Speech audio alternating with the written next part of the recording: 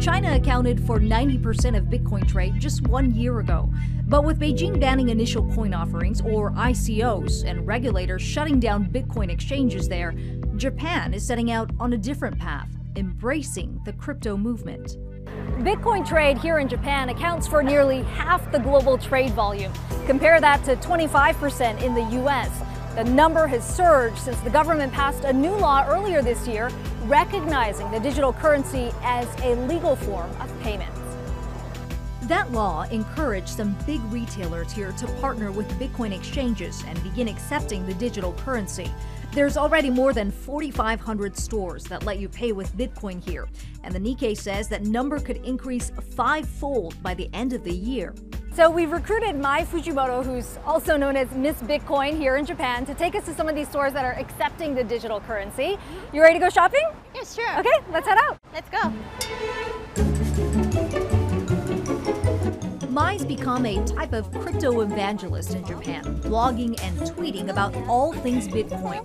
Her nickname, a way to familiarize people with what was largely an unfamiliar space until recently. You started investing in 2011. How much was Bitcoin then?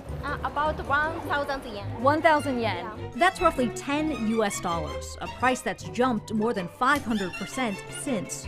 Here's 10,000 yen. Okay. Okay, I'll give that to you. Okay. And then how do I get that in Bitcoin? Okay, so this is your QR code, and I read this QR code. Yeah, this. This is Big Camera. That's one of the biggest electronic stores right here in Japan, and they just started accepting Bitcoin in April. So we've got our Bitcoin on our phone. We're gonna go spend some money.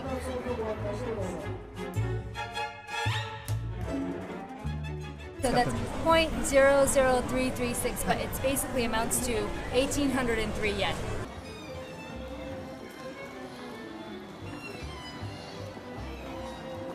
I did manage to get a very cute towel, polka dotted.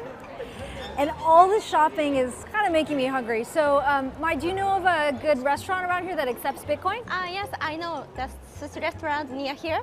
Sushi restaurant? Yeah. Okay, let's go there. Fatty tuna and mackerel aren't the only things on the menu here. A Bitcoin ATM greets customers looking to top up their digital wallets. In your daily routine, how much of what you use is Bitcoin and how much do you pay in cash or credit card? Maybe 19% I paid not Bitcoin. Not Bitcoin. Yeah, only I use Bitcoin for send money overseas. Mai says regulations built trust in the currency, but people aren't necessarily using it to replace cash. Bitcoin's still considered an investment, not an everyday currency here.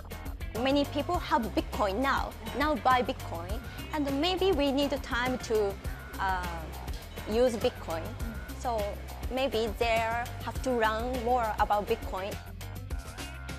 That curiosity's led to an increasing number of public seminars like this one on ICOs. Hardcore hackers aren't the only ones here, but housewives, Bitcoin newcomers, even professional matchmakers like Chieko Date. She tells me her son encouraged her to invest, and she has 2 million yen in 4 currencies now. Japan hasn't been without problems. 3 years ago, the first major Bitcoin exchange, Mt. Gox, collapsed and declared bankruptcy after hackers raided its accounts. That's partly why regulators are responding with stricter rules this time, requiring exchanges to maintain minimal capital reserves, separate customer accounts, and establish anti-money laundering and know your customer or KYC practices. Bar owner Mike Verwij says those rules aren't pushing his customers away from the digital currency for now.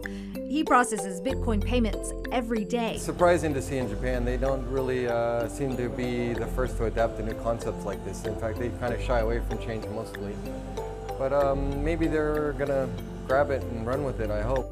And with Bitcoin still largely banned in China, there's plenty of opportunity for Japan to take the lead.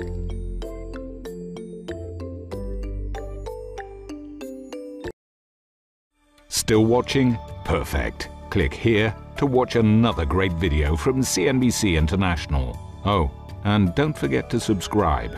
Thanks for watching.